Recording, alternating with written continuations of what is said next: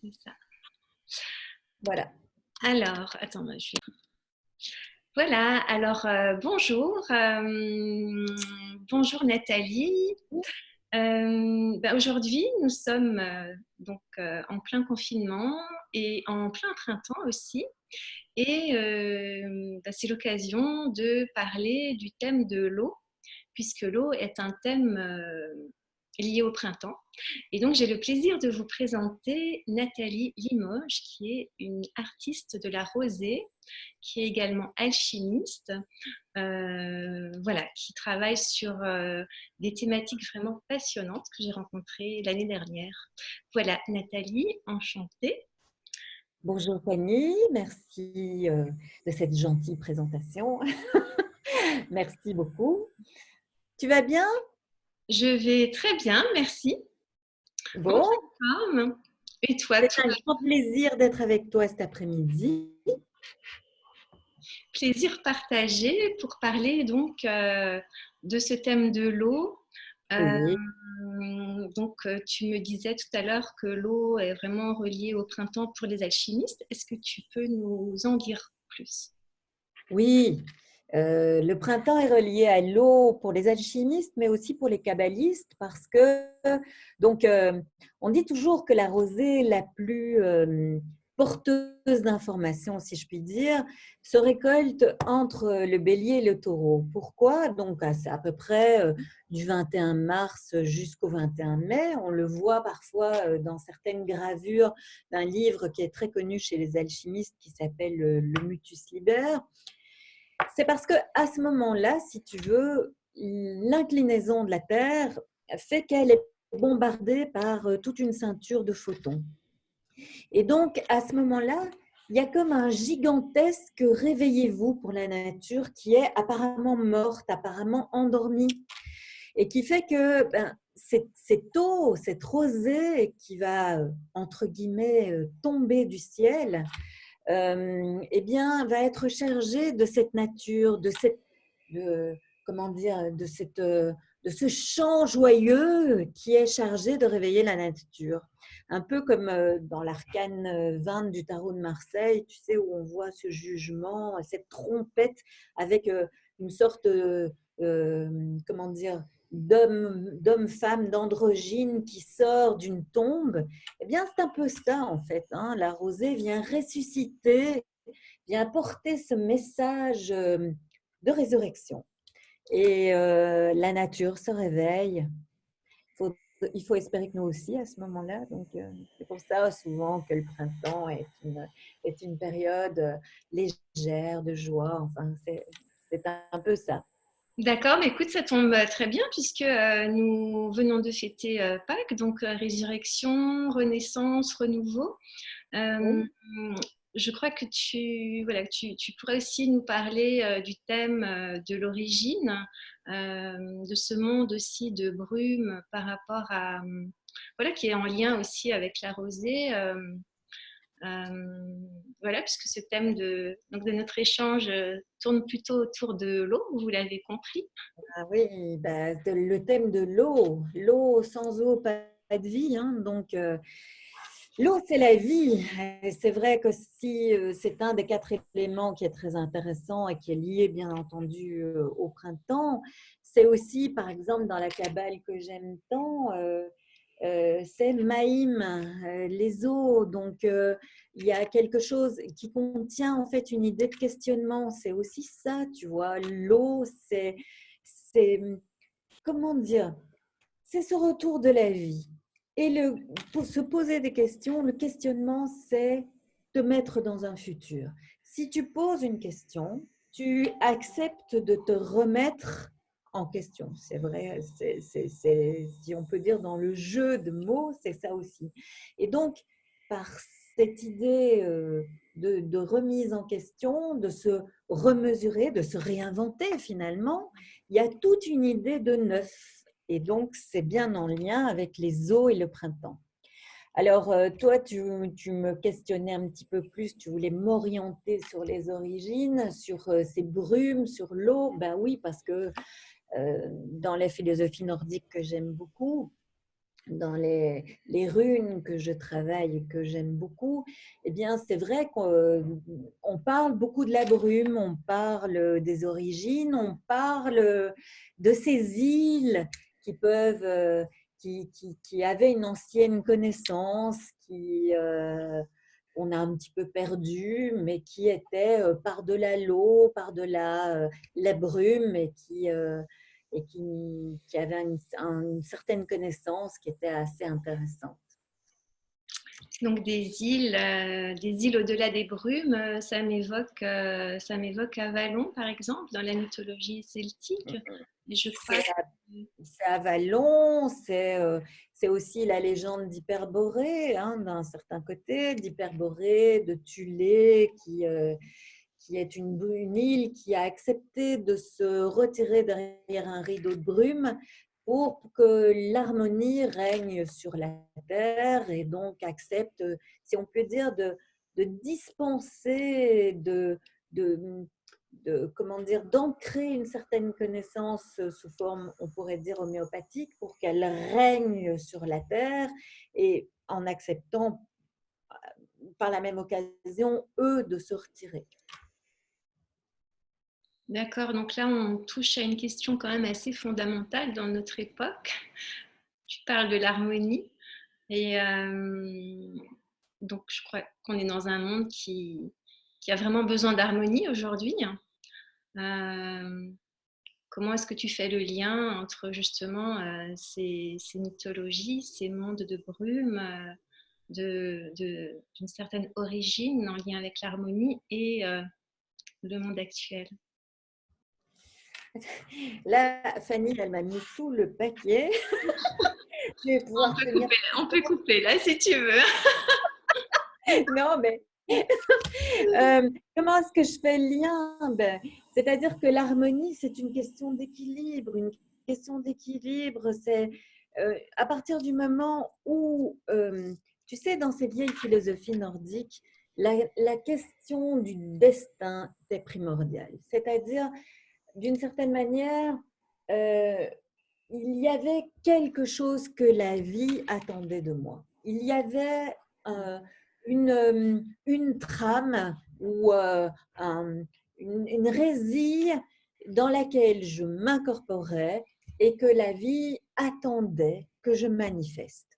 À partir de ce moment-là, savoir quel était mon destin et le vivre, c'était une des clés fondamentales de ces philosophies anciennes, dans le sens où, à ce moment-là, je vivais ce pourquoi j'étais sur la terre. En ne le faisant pas, dans ces philosophies, on commettait ce qu'on appelait l'hubris, c'est-à-dire vraiment Péché d'orgueil. oui, le péché, c'était ce péché-là, mais donc dans le sens où envier plus, envier ce que les autres avaient et que moi je n'avais pas, c'était commettre l'hubris. Mais ne pas accomplir ce pourquoi j'étais là, c'était aussi commettre l'hubris. Donc d'une certaine manière, tu vois, une fois que tu repères dans la trame de la création, dans cette résille de la création, où se trouve le fil de ton destin et comment est-ce qu'il te permet finalement le fil, la médecine du tissage, le fil, tout ça, c'est une grande médecine. Ça, c'est permettre de faire des liens, de faire quelque chose qui soit harmonieux, qui soit beau. Eh bien, à ce moment-là, quand tu repérais ce fil, tu étais capable de vivre cet équilibre en allant vers ce qui était ton destin et donc manifester cette harmonie. Alors, sur le thème de l'harmonie, ce que ça m'évoque aussi, c'est cette dimension du féminin, d'une énergie plus féminine, dont je crois le monde a besoin aussi aujourd'hui pour se rééquilibrer par rapport à un monde qui a été quand même construit beaucoup sur des valeurs très masculines, très patriarcales. On parlait de la place des femmes tout à l'heure dans un certain équilibre ou plutôt déséquilibre aujourd'hui qui, qui demande à se rééquilibrer justement. Oui. Qu'est-ce que tu Et en c'est vrai que dans toutes ces philosophies, au départ, en tout cas la nordique, tu avais une place de la femme qui était prépondérante, hein. Au départ, il faut le savoir, la lune est masculin et le soleil est féminin. Donc, il y avait toute une histoire de connaissances. Au départ, dans cette philosophie, ce sont les Vannes, qui sont des déesses essentiellement féminines, qui ont le secret de l'écriture, qui ont le secret d'une certaine, entre guillemets, divination. Moi, j'aime bien comprendre dans le mot divination un retour vers le divin en soi, c'est un peu ça. Et puis, petit à petit, effectivement, ces déesses vannes ont été un peu mises de côté par rapport à des dieux plus solaires qui sont les As, qui ont donné Asgard, Odin, Thor, etc. Mais si on regarde bien, celles qui ont le fil du destin, celles qui peuvent tisser, ce sont les Nornes. Les Nornes sont des femmes, même des Valkyries, qui se trouvent au pied d'Yggdrasil et qui lisent dans une vasque le destin qui est dévolu à tous et à toutes. Et ça a donné les cousines Lémoire, qui elles aussi tissent, hein, Lacessis, Atréos, et puis qui ont donné les parcs chez les Romains. Mais donc, dans toute comment dire, philosophie grecque aussi, a donné l'art du tissage avec toujours des personnages féminins célèbres qui tissent. On a Ariane qui a ce fil qui permet à Thésée de sortir du labyrinthe et de ne pas se faire manger par le Minotaure ou de ne pas se faire dévorer par le Minotaure. On a Pénélope qui tisse et retisse toujours le même ouvrage pour rester fidèle à l'absent. On a Arachné, figure tellement féminine de cette jeune Lydienne qui avait tellement plus de talent qu'Athéna qu'elle en paye le prix en étant transformée en araignée, etc., etc., etc. On a beaucoup de tisseuses dans la littérature grecque parce que la médecine du tissage est une grande médecine, hein. Oui, alors en t'écoutant, enfin, ce qui me vient à l'esprit aussi, ce sont ces figures féminines en lien avec l'eau, avec l'élément donc eau aussi de l'inconscient, du féminin et toutes ces figures mythiques entre guillemets que sont dans des différentes figures liées à l'eau et à différentes formes d'eau, que ce soit les rivières, les lacs, les océans. Alors on va avoir les sirènes, les ondines, les fées de l'eau. Comment est-ce que tu pourrais nous éclairer sur ces figures? Comment est-ce que tu les Mais abordes? ces figures-là donc, sont présentes, bien entendu, surtout aussi dans la littérature plus nordique et germanique, hein. Tu retrouves les féeries, par exemple, de Tolkien, où il parle de tous les élémentaux des différents règnes. On les trouve dans ce livre-là. Bon, c'est sûr que quand tu vois Le Seigneur des Anneaux, tu vois aussi qu'il y a des elfes, des nains. Tu vois que ces elfes arrivent par le verbe disons, comment dire, à maîtriser le cours des rivières, etc. Donc, il y a une alchimie par le verbe qui fait qu'on peut commander aux élémentaux aussi. Mais donc, tu retrouves aussi dans les contes de Grimm ou ceux d'Andersen, principalement pour Andersen ici, le mythe de la petite sirène, bien entendu, qui a inspiré tellement celle de Copenhague. Et c'est vrai qu'on pense toujours que les sirènes grecques, on les voit aussi comme étant dans l'eau, mais les sirènes grecques étaient plutôt des êtres ailés, donc avec des ailes, qui enchantaient par la voix. Mais donc leurs cousines nordiques, elles, sont dans la représentation que nous, on en a. Tu vois, ces créatures féeriques avec des queues de poisson. Et donc, dans le conte de la petite sirène, tout ça est bien raconté. Cette petite sirène qui essaye, en fait, dans le conte d'Andersen, les sirènes vivent longtemps, mais n'ont pas d'âme. Et cette petite sirène veut avoir une âme. Alors, il faut qu'elle capture l'âme d'un humain. Et puis finalement, elle se rend compte que ben, ce n'est pas sa voix, qu'elle n'a pas envie de déposséder un humain de son âme, et elle accepte pratiquement le sort qui va être le sien, qui est de retourner à l'eau, mais de mourir. Et à ce moment-là, elle est sauvée par un élémental de l'air qui la charge finalement de, comment dire, d'être une sorte de fée. Hein, bien entendu, les fées du destin, les fées sur le berceau, les fées qu'on retrouve aussi dans les contes, qui sont ma bonne marraine la fée, finalement une sorte d'ange gardien parce qu'elles sont ailées. Ce que je trouve intéressant, moi c'est passionnant toujours de t'écouter, ce que je trouve intéressant aussi à considérer, c'est que ces histoires ont été souvent écrites par des hommes et que il y a aussi d'autres manières de considérer la sirène, et je crois que dans mes recherches, dans mes explorations aussi au niveau artistique, j'ai découvert que, par exemple, cette image de la sirène a été vraiment aussi assez pervertie par le patriarcat, et qu'à l'origine, le poisson représentait aussi cette fameuse déesse mère, et que la sirène représente aussi justement cette dimension de sagesse, des profondeurs et de l'inconscient, et qui a été assez complètement refoulée et pervertie par le christianisme aussi. Oui, et avant ça, même, on peut le dire, hein, d'une certaine manière, même par les philosophies plus anciennes, puisque chez les Grecs, on trouve Poséidon qui est l'ébranleur des fondations, et Poséidon, il faisait pas spécialement, comment dire, c'était pas un dieu bienveillant qui faisait pas peur, c'est parce que les gens avaient, enfin, tu comprends, les Grecs, quand ils se mettaient disons, à naviguer, avaient peur effectivement de ce qu'ils allaient traverser et voulaient s'adjoindre d'une manière sûre, si je puis dire, tous les éléments pour que leur traversée se fasse sans encombre.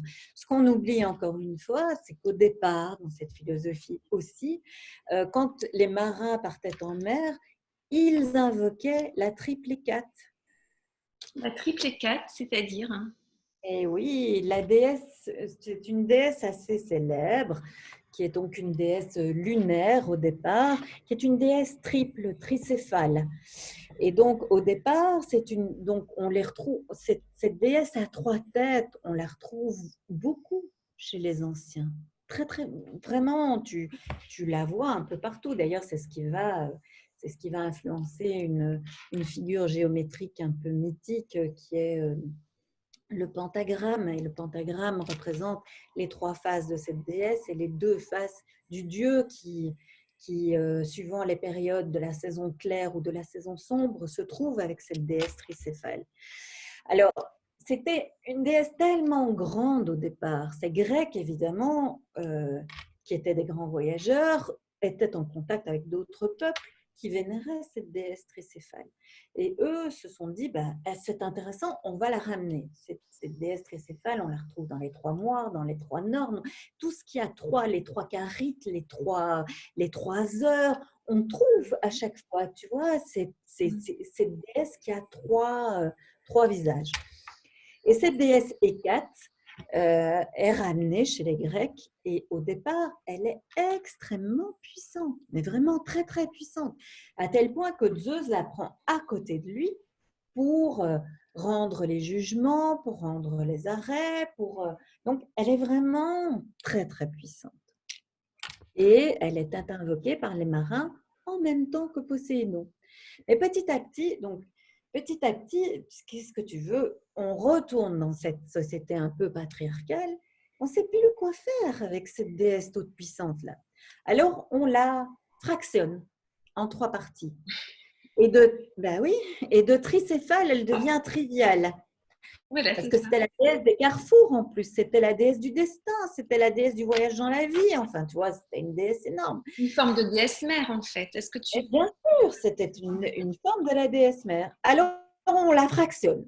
Donc, de Hécate, avec tous les attributs qu'elle avait, elle devient Artémis, donc une phase de la lune, cette lune sauvage, cette lune, si tu veux, euh, oui, cette lune sauvage, la nature sauvage qui défend les proies, les prédateurs, enfin tout ça, celle qui est toujours un peu à la limite du monde civilisé, puisque c'est le pendant de son frère, de son jumeau Apollon. Puis, donc, une deuxième partie, c'est Sélénée, cette lune que les poètes évoquent, qui les inspire, etc. Donc, l'image de la mère qui a des enfants, si tu veux, parce que là, ce quartier de cette grande mère a des enfants, alors qu'Artémis est une déesse vierge. Et puis alors, à cette Hécate, qui était une déesse tricéphale, on lui laisse une part congrue, c'est-à-dire celle des magiciens, des fantômes, des peurs pendant la nuit, de la sorcellerie, des loups hurlants, voilà, tu vois. Oui, Donc, oui. Et alors, oui, donc j'entends bien. Et alors, par contre, par rapport à Poséidon et l'eau, que fait-on de la déesse Aphrodite? Aphrodite, c'est autre chose, dans le sens où Aphrodite, elle naît de l'écume, tu as tout à fait raison, elle naît de l'écume, puisque donc Cronos, Titan, est chargé par sa mère Gaïa de, si tu veux, comment dire, empêcher son père Ouranos de continuer à avoir une sexualité débridée. Donc, il castre son père, Cronos castre son père, Ouranos, et de sa semence naît de l'écume de la mer, écume qui veut dire Aphrodite, naît Aphrodite, qui est cette déesse de l'amour. Mais donc, effectivement, la déesse de l'amour ne naît pas, comme on pourrait le croire, des 12 Olympiens, tu vois, de cette généalogie stricte des dieux. Elle est à part. Mais Hécate l'était aussi, parce que dans la théogonie d'Hésiode, on l'a fait naître de Tartare. Or, dans la théogonie d'Hésiode, au départ, tu as Gaïa qui danse le monde, Eros, et Tartare. Donc, tu as du vivant, du mouvement, tu as Eros qui est de l'esprit, de l'amour, si on peut dire, et tu as Tartare qui est cette terre, si tu veux, ce sel, ce cadre qui permet à la vie de s'y tenir. Et qu'elle descend de ça. Donc, bien sûr qu'on on l'a invoqué aussi pour l'eau, pour cette et donc si tu veux, là-dedans, on la retrouve quand tu parles des profondeurs de l'inconscient. Et oui, et Kat était invoquée pour ça. Parce que c'était elle qui avait les clés, elle les représentait d'ailleurs avec des clés, elle avait cette clé de l'inconscient, de ce qui arrive pendant les rêves, de ce qui arrive de toutes ces peurs qu'on garde. Mais elle a une part congrue et on la craint. Donc, on rejoint tout à fait ce que tu disais. Oui, alors je reviens un peu à toi aussi, à ce que tu fais. Donc tu te nommes artiste de la rosée. Est-ce que tu peux nous en dire plus? Est-ce que tu peux nous expliquer qu'est-ce que c'est qu'une artiste de la rosée? Je ne sais pas si je me nomme artiste de la rosée. J'aime tellement la rosée. La rosée est vraiment quelque chose bon, c'est très présent. C'est très présent chez moi. Pourquoi? Parce que déjà, si tu veux, dans la cabale mystique que j'aime tant, la rosée, c'est Tal. Ça s'écrit T-A-L. Il y a, bon, et ce bout Tal, tu l'as dans mon prénom, par exemple, Nathalie. Et puis, tu sais, enfin, vraiment, j'ai plein de petites choses comme ça qui me font des clins d'œil. Il y a une Thalie qui est une des muses d'Apollon. Et tout ça fait que j'aime bien, quoi. Mais bon, bref, tout ça pour te parler. La rosée, pourquoi est-ce que j'aime tellement la rosée? C'est mon maître kabbaliste, mon cher Georges Laï, qui me l'a fait comprendre. En fait, tu sais, quand je travaille dans mon laboratoire, sur ma manière de travailler, de parler avec le règne végétal, est une manière très mercurielle. Pour moi, si tu veux, d'une certaine manière, je suis rêvée par le rêve des plantes et ces plantes qui sont apparemment mortes, quand je les travaille dans mon labo, sont réveillés par un mercure très pur que j'ai confectionné dans mon labo et laisse, qui sous forme de gouttes qui tombent comme une sorte de rosée, vient réveiller une matière apparemment morte, une matière apparemment endormie. Et moi, ça, c'est toute la beauté que je vois derrière cette rosée. C'est tu vois, c'est ce message, ce mercure, encore une fois, très pur, qui nous dit qu'il y a quelque chose derrière une matière apparemment morte, apparemment endormie. Il y a quelque chose d'autre. Et il y a un fil là, qui parle de notre immortalité. Donc, c'est pour ça C'est que un j'aime peu le tellement. mystère de la Belle au bois dormant, là. Bien sûr, c'est le baiser du prince charmant, bien Oui, c'est entendu. ça. C'est le baiser du prince charmant. D'ailleurs, souvent, on dit que dans le baiser, dans la salive, c'est une forme de rosée. Tu vois, parce que c'est d'ailleurs, entre guillemets, c'est la symbolique dans certaines philosophies du maître qui crache dans la bouche de son disciple ou qui lui donne un baiser fougueux, comme par exemple Jésus avec Judas. C'est une manière de, par le baiser, par cette rosée que le maître donne à son disciple, réveiller les connaissances qu'il porte en soi. Donc, tu vois, le thème de l'eau est extraordinaire. Sans l'eau, il n'y a pas de réveil. Nous sommes composés d'eau, hein, nous sommes composés d'eau à 70 à 80%. La planète est composée d'eau de manière majoritaire, donc c'est un thème essentiel.